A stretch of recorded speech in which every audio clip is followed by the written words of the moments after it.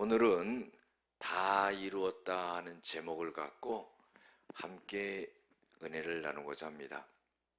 오늘은요, 종려주일이라고 하지요. 부활주일 한 주 전입니다. 종려주일은요, 예수님께서 예루살렘에 입성하실 때에 많은 사람들이 종려나무 가지를 갖고 흔들면서 호산나 하면서 예수님을 환영하는 그런 날입니다. 이 종려주일을 시작으로 해서 한 주간이 또 순환주간, 고난주간이라고 그러기도 하고요. 금요일날 예수님이 십자가에 못 박혀 돌아가시는 그런 일이 벌어지게 됩니다. 한 주간에 일어난 일들은요, 여러 가지 일들이 일어났습니다. 우리가 단순히 예수님이 십자가에 못 박혀 돌아가셨다, 우리를 구원해 주셨다, 이것만 아는 것이 아니라 한 주간의 예수님의 일정을 간단히 살펴보고, 그리고 예수님께서 겟세마네 동산에서 기도도 하셨지만은 요한복음 17장에 보면은 예수님이 17장 전체를 하나님 앞에 기도하고 있는데 그 기도의 내용이 세 가지로 요약되는데 중요한 또 내용이 있습니다. 그리고 예수님이 마지막에 관정에 가셔서 빌라도에게 재판을 받는 그런 장면을 오늘 잠깐 언급하고, 예수님이 십자가상에서 7마디 하신 오늘 성경 본문의 말씀을 내용을 보고 오늘 설교를 마치고자 합니다. 그러면은 예수님께서 한 주간의 일정은 어떠셨느냐? 바로 오늘 종려주일날 예루살렘에 입성하시는 겁니다. 예루살렘에 입성하신다는 것은 무엇을 의미합니까? 죽으러 들어가시는 거예요. 예수님의 제자들이요, 의아해 했지요. 예수님, 거기 들어가시면 유대인들이 죽이려고 그러는데 왜 들어가십니까? 이런 의문을 가졌지만은 예수님께서는 하나님의 뜻을 받들어서 온 인류를 구원하시기 위해서 십자가 지시기 위해서 이제 예루살렘으로 입성하게 되는 거죠. 많은 사람들이 예수님을 보고 환영했습니다. 나귀를 타고 입성하시는 그 겸손한 예수님에게 대해서 자기네 옷을 깔고 예수님을 맞아드리고 소리를 칩니다. 호산나 호산나 외치는 거예요. 호산나의 뜻이라는 것은 뭐냐면은 부디 지금 우리를 구원해 주세요 하는 거예요. 그러니까 백성들이 외친 호산나는 어떤 의미입니까? 이것은 정치적으로 지금 로마의 식민지 하에 있는 유대인들이 그 억압에서 벗어나기를 원하면서 예수님이 정치적으로 이 땅의 왕으로서 우리를 해방시켜 주세요, 그런 의미에서 호산나를 외치게 됐다는 것입니다. 그리고 월요일날은요, 성전을 청결하게 하셨죠. 성전에서요, 비둘기 팔고 돈 바꾸고 또 이런 사람들을 갖다가 내어 쫓았습니다. 의자를 둘러 엎으시고요, 너희들이 하나님의 성전을 강도의 소굴로 만드는도다, 이렇게 하고 무척 화를 내셨어요.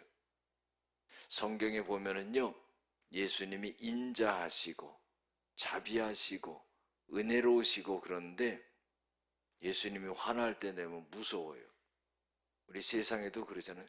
저 사람은 사람이 좋아, 아주 순해. 그 사람 한번 화나면은요, 큰일 납니다. 예수님도 마찬가지예요. 예수님도 그렇게 화내시는 분이 아닌데 하나님의 성전에서 기도하고 예배하고 이런 일을 하지 않고 돈 바꾸고 비둘기 팔고 장사하고 이런 걸 볼 때 너무나 속이 아팠던 거예요. 상을 막 둘러 엎으시고 너희들이 하나님의 성전을 강도의 소굴로 만들어 놓다 그랬어요. 화요일 날은 어떤 일을 하셨냐면은 논쟁을 하셨어요. 대제사장들과 장로들과 논쟁을 했죠. 예수님이 하시는 일을 보면서요, 이 대제사장들과 장로들이 못마땅하게 생각했어요. 그 이유는 뭘까요? 많은 백성들이 자기네를 따르지 아니하고 예수님을 따라다니는 거예요. 예수님을 지지하는 거예요. 예수님의 말씀을 듣는 거예요. 그러니까요, 이 대제사장들과 장로들이요, 시기심이 생기는 겁니다. 그래가지고 예수님을 갖다가 어떻게 해서든지 올무에 걸고 죽이려고 하는 거죠. 그러면서 예수님에게 질문을 합니다. 네가 무슨 권위로서 이런 일들을 행하고 다니느냐? 사람들을 몰고 다니고 무슨 권위로 이런 말을 하고 그러느냐? 이렇게 물어보니까 예수님이 거기에 대해서 즉답을 안 하셨어요. 나도 너희들에게 한마디 물어보겠다. 내가 물어보는 말에 너희들이 대답을 한다면은 나도 너희들이 묻는 질문에 대답을 해주겠다. 그러면서 예수님이 질문하신 건 뭐냐면은 세례 요한의 세례가 하늘로부터 온 거냐 사람으로부터 온 거냐 이런 질문을 해요. 그러니까요, 이 대제사장과 또 장로들이요 애매했던 거예요. 대답하기가. 하늘로부터 왔다 그러면 왜 하늘로부터 온 것에 대해서 너희들이 믿지 않느냐 이렇게 대답하고, 사람으로부터 왔다 그러면은요 세례 요한이 하나님이 보낸 선지자로서 선지자의 의무를 다하기 위해서 세례를 주는 거기 때문에 사람으로부터 왔다 그러면은 모든 백성들이 이 세례 요한은 하나님으로부터 온 선지자들이기 때문에 사람으로부터 왔다 하면은 백성들에게 큰 어려움을 당할까봐 백성들을 무서워해서 사람으로부터 왔다 이렇게도 대답을 못한 거예요. 그러니까 어떻게 하겠습니까? 어디서부터 왔는지 모르겠다 이렇게 대답해요. 그래 예수님이요 나도 너희들이 대답 안 하니까 대답해 주지 않겠다 그런 거예요. 예수님이 참으로 지혜로우시죠. 그리고요 수요일 날은요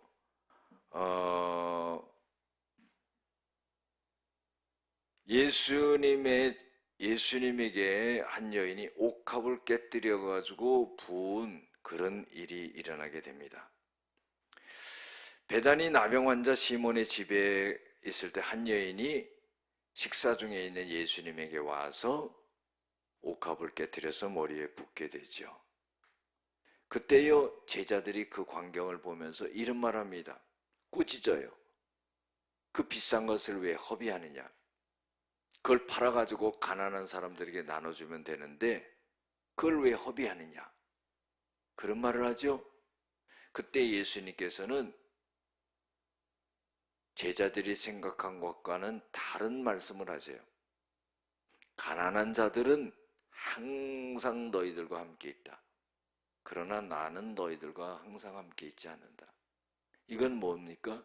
예수님이 이제 십자가를 지시고 돌아가신다는 그런 말입니다. 이 여인이 어떤 연유에서 어떤 마음에서 예수님에게 향유를 부었는지 몰라요. 그러나 그 비싼 향유, 수천만 원 하는 향유를 부었다는 것은 어떤 이유에서인지 모르겠지만은 그 여인이 주님을 사랑하는 주님께 향한 그 마음이 가득한 가운데 가장 귀한 것을 드리고자 하는 마음이 이 여인에게 있었다 하는 거예요. 그리고서는 예수님께서 하시는 말씀이 복음이 전파되는 곳에는 이 여인이 행한 것도 말하라 했어요. 여러분들 옥합 몇 천만 원짜리 한번 붓고요 그 행위를 잘했다고 예수님이 복음이 전파되는 곳에 이 여인이 행한 것을 갖다가 말하라 하면요, 몇 천만 원 부을만 하지요. 그런데요, 이 여인이 한 이 일이 내 장사를 예비했다 하는 거예요. 이 여인은 예수님의 장사를 준비하기 위해서 부었는지 안 부었는지 아는지 모르는지 모르겠지만은 좌우지간 예수님께서는 내 장사를 준비하는 그런 행위를 했다 하면서 칭찬하는 것을 볼 수가 있습니다. 목요일 날은요, 성만찬을 하죠.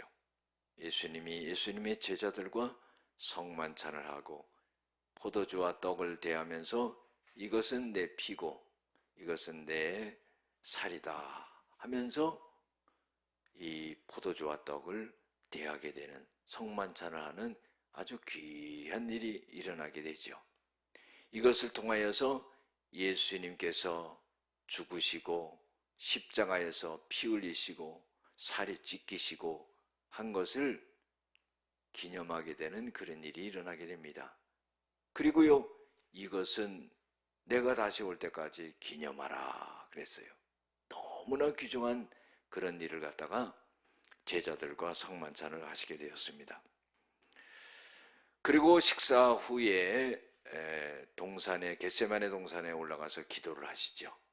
기도할 때 예수님의 제자들이요, 예수님이 이제 돌아가실 때가 얼마 남지 않았으니까 함께 깨어서 기도해야 되는데 졸고 자고 그랬어요. 얼마나 마음이 아프겠어요. 그래도 예수님이 하신 말씀은 너희들은 마음이 원이로되 육신이 약하도다. 그렇게 말씀하시니 예수님의 그 너그러움이라는 것은 말할 수가 없지요. 죽음 앞에 놓여 있는 예수님인데요. 예수님은요, 졸고 있는 그것만 보신 게 아니라 그 마음을 보신 거예요. 제자들이 그런 상황에서 기도도 할 수 없는 그러한 그런 마음의 상태에서 기도가 되지 않고 끙끙거리고 있다가 졸고 있는 그 모습을 보면서 너희들이 마음으로는 기도하고 내 고통에 참여하고자 하지만은 너희들이 육신이 약하도다. 그러면서 이 일을 하신 거예요. 그러면서 가자. 이제 나를 팔자가 이제 다가왔다. 그러면서 가룟 유다가 앞정에 서고 군사들이 칼과 몽치를 갖고 와서 예수님을 체포해 가지고 가게 되는 그런 일이 일어나게 됩니다. 그리고는 대제사장인 가야바의 법정에 서게 되고, 그리고 예수님께서 제자들에게 너희들이 나를 다 배반하리라 그러니까 베드로가 다른 사람들은 다 배반할지라도 나는 배반하지 않습니다. 예수님이요, 네가 닭이 울기 전에 3번 나를 부인하리라. 그런 말씀하시잖아요. 그리고 그 일이 그대로 이루어져서 베드로가요 막 통곡하는 그런 역사가 일어나게 되죠. 빌라도의 법정으로 끌려가서 예수님이 재판을 받게 되는데 빌라도가요 굉장히 고민이 많았습니다. 왜냐하면요 아무리 질문해봐도 죄가 없거든요. 그러니까 놔주려고 했지만은 얼마나 유대인들이요 들고 일어나는지 자기의 총독자리가 위태롭기 때문에요 죄 없는 예수님을 갖다가 신문하고 그리고 요동치는 많은 그 백성들의 말을 듣고 예수님을 갖다가 내어주게 되고 사형을 언도하게 되는 그런 일이 벌어지게 됩니다. 이때에 베드로가 이때에 그 빌라도가 굉장히 두려워했어요. 심지어는요 법정에 앉아 있는 빌라도에게 부인이 와서 이 사람에게 손대지 말라고 그런 거예요. 내가 전날 밤 꿈을 꿨는데 무척 힘들었다는 겁니다. 그러니까 얼마나 더 두렵겠어요. 그런데요 자기가 앉아 있는 그 총독 자리를 버리지 못하고 이 예수님을 갖다가 사형을 언도하고 내어주게 되는 그런 역사가 일어나죠. 우리가 예수님이 십자가 지시기 전에 이런 예수님의 행적을 갖다가 간단히 살펴보았습니다. 그리고요, 우리 예수님께서 십자가 지시기 전에 겟세마네 동산에서 기도한 내용이 있죠. 그것은 뭐냐면은 하나님, 이 잔을 좀 지나가게 해주세요, 그런 거예요. 그것은 뭐냐면은 십자가를 지지 않고 지나갈 수 있게 해주세요 하는 그런 말이거든요. 그 기도를 하시고 나서는 또 이런 말씀을 하십니다. 그러나 나의 원대로 하시 마시고 아버지의 원대로 뜻대로 하시옵소서. 그리고는 십자가를 받아들이게 되는 그런 일이 일어나게 되죠. 요한복음 17장에 보면은요, 전체적으로 한 장이 예수님이 다 기도하는 내용이 나와요. 그런데요, 그 기도하는 내용을 세 가지로 딱 제가 추려보니까 첫 번째로 뭐냐면은 당신을 위한 기도를 하고 있더라고요. 17장 1절에 보면은 이런 기도를 합니다. 하나님, 이 아들을 갖다가 영화롭게 하사 아들로 아버지를 영화롭게 하시옵소서, 그런 거예요. 여러분들, 십자가 지는 것이요, 영화로운 거예요. 그리고요, 이 아들을 통해서 하나님을 영화롭게 하게 하여 주시옵소서. 죽기 전에 하신 기도거든요. 그러면 이게 얼마나 중요한 기도입니까? 우리도 죽기 전에요, 하나님, 나를 영화롭게 해주세요. 내 죄를 다 씻어주시고 나를 영화롭게 해주세요. 그리고 하나님 영광 받아주세요. 이렇게 따라해야 되는 거예요. 좋은 걸 이미테이션 할 수 있어야지요. 주님이 하신 것, 귀한 것, 고귀한 것을요, 딱 인용할 수 있어야 돼요. 나도 영화롭게 해주시고 하나님을 영화롭게 할 수 있게 하여 주시옵소서. 두 번째로 뭐냐면 요한복음 17장 17절에 보면은요, 제자들을 위한 기도를 해요. 예수님이요, 제자들을 얼마나 깊게 생각했는지 마지막 기도에 제자들을 위한 기도를 하는 거예요. 이렇게 기도합니다. 하나님, 그들을 진리로 거룩하게 하옵소서. 아버지의 말씀은 진리이나이다 그랬어요. 진리로 거룩하게 하옵소서. 이 진리는 뭐냐면 하나님의 말씀은 진리입니다. 예수님의 제자들이요, 이제 살아가는 데 있어서 거룩한 삶을 살아갈 수 있게 하시는데, 진리로 거룩하게 살아갈 수 있게 하옵소서. 이 진리라는 것은 하나님의 말씀이 진리입니다 그랬어요. 디모데전서 4장 5절에 보면은요, 하나님의 말씀과 기도로 거룩하여 지니라 그랬어요. 예수님이요, 제자들을 위한 마지막 기도가 바로 그거예요. 진리로 거룩하게 하여 주시옵소서. 그러면 오늘 우리들이 어떻게 해요? 하나님의 말씀으로 거룩하게 살아가야 된다는 거예요.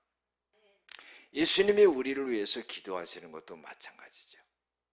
예수님이 하나님의 보호자 우편에서 우리를 위하여 기도하시는데, 제자들에게 했던 기도와 똑같이 하지 않으시겠습니까? 우리들에게 향하여서 진리로 거룩한 삶을 살아가게 하옵소서. 이거를 우리가 잊지 말아야 돼요. 항상 하나님의 말씀이 내 삶의 기준이라는 거예요. 그 말씀대로 살아갈 때 거룩한 삶을 살아가게 되는 거예요. 하나님은 구약에도요, 내가 거룩하니 너희들도 거룩하라 그랬어요. 그건 뭐예요? 나를 닮아라 하는 거예요. 육신의 아버지는요, 자녀들에게요, 이 말 못해요. 너희들 나를 닮아서 살아가라 이 말을 못해요. 자신이 없어요. 근데 하나님은요 어떻게 해요? 내가 거룩하니 너희들도 거룩하라. 그 거룩하게 살기 위해서는 하나님의 말씀 진리로 거룩하게 된다는 거예요. 마지막으로 뭐냐면은요 모든 사람을 위한 기도를 하고 있어요. 요한복음 17장 22절에 보면은요 우리가 하나 된 것 같이 그들도 하나 되게 하려 함이니이다. 하나가 돼야 된다는 거예요. 예수 믿는 사람은요 예수 그리스도를 통해서 하나가 돼야 돼요. 그래서 분쟁하지 말아야 돼요. 같은 마음과 같은 뜻을 품어야 돼요. 분쟁하는 것은요 마귀가 하는 거예요. 하나님이 하시는 것은 합하는 일을 합니다. 마귀가 하는 것은 분쟁하는 일을 하고요 갈라놓는 일을 하는 거예요. 그래서 우리가요 살아가면서도 인간관계 속에서 힘든 게 뭐냐면 자꾸 갈등이 일어나고 분쟁이 일어나는 거예요. 그런데요 거기에 마음을 뺏기지 말고요 낙심하지 말아야 돼요. 아 마귀가 하는 거구나. 우린 그걸 알거든요. 마귀가 역사하는구나. 영적으로 우리가 기도하면서 성령에 충만하고 말씀 붙잡고 기도해서 이겨나가야지 세상 사람들의 그 분쟁시키는 말, 이간시키는 말, 뒤에서 수근수근하는 말에 내 마음이 상처가 돼서요 무너지면 안 된다는 거. 아 마귀가 역사하는구나. 기도하면 되는 거예요. 할렐루야.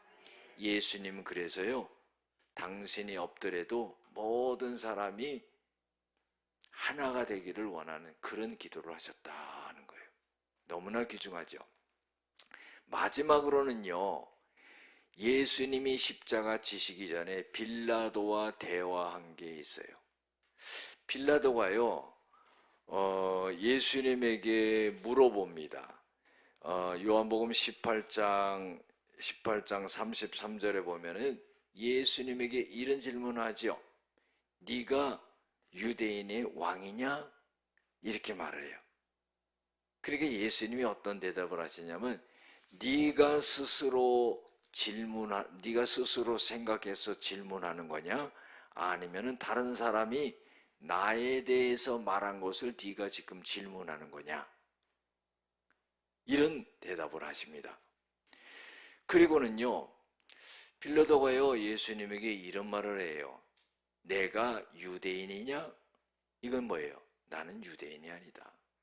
지금 유대인들이 너를 붙잡아 가지고 재판하고 죽이라고 하고 판결하라고 하는데 사실 나는 종교적으로 나는 유대인이 아니기 때문에 아무 관계가 없다. 그러나 유대인들이 너를 나에게 넘겼기 때문에 내가 너를 갖다가 재판하고 심판할 수밖에 없는데 네가 과연 무엇을 하였느냐 이런 질문을. 두 번째 질문이죠. 이 질문에 대해서 예수님은 이것을 했다 저것을 했다 이렇게 말하지 않았어요. 뭐라고 대답하셨냐면은 내 나라는 이 세상에 속한 것이 아니라 만일 내 나라가 이 세상에 속하였던 것이면은 내 종들이 싸워 나로 유대인들에게 넘겨지지 아니하였으리라. 이제 내 나라는 여기에 속한 것이 아니니라. 자, 이게 무슨 말이에요? 네가 무엇을 하였느냐? 그랬을 때 예수님께서는 내 나라는 이 땅에 속한 것이 아니다.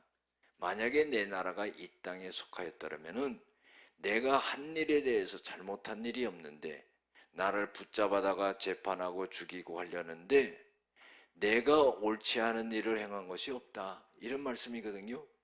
그런데 유대인들은 나를 죽이려고 한다 이 말이에요. 그러나 내 나라가 만약에 이 땅에 속해 있다면은 내가 내 종들을 보내서 나를 해하려 하는 자들을 다 심판했을 것이다. 그러나 내가 그렇게 하지 않는 것은 내 나라는 이 땅에 있지 않기 때문이다. 그러는 거예요.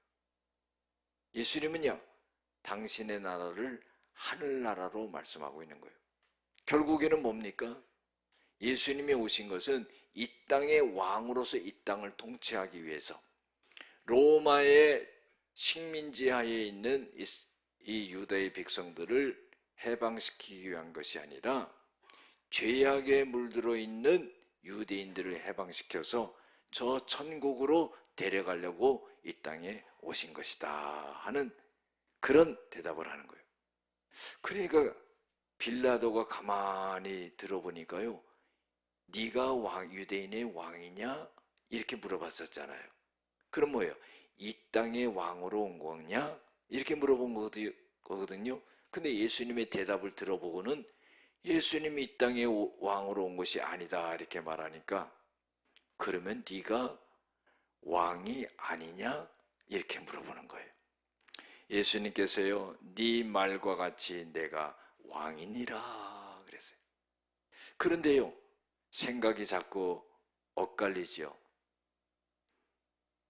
빌라도는요, 예수님을 이 땅의 왕으로 자꾸 보려고 하는데 예수님께서는 내가 이 땅의 왕으로서 이 땅을 통치하기 위한 것이 아니라 유대인들의 해방을 위한 것이 아니라 이 백성을 죄에서 구원하려고 왔다 하는 것을 말해주려고 하는 것이죠.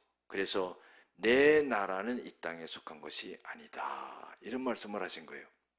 그러면서 예수님께서 이런 말씀을 하십니다.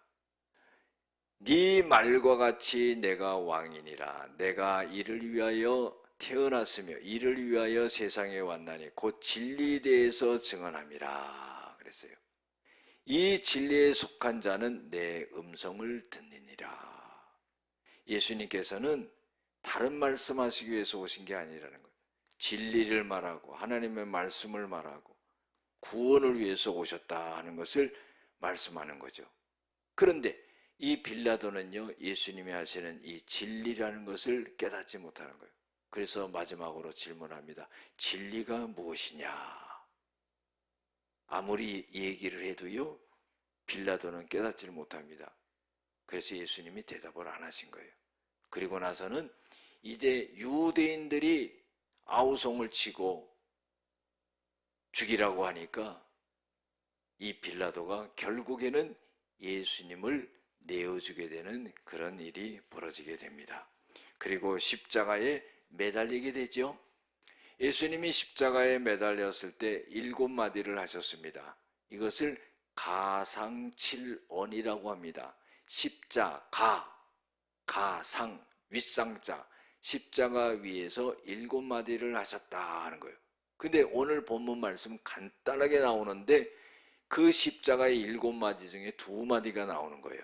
그러면 다른 말씀은 무엇을 말씀하셨습니까?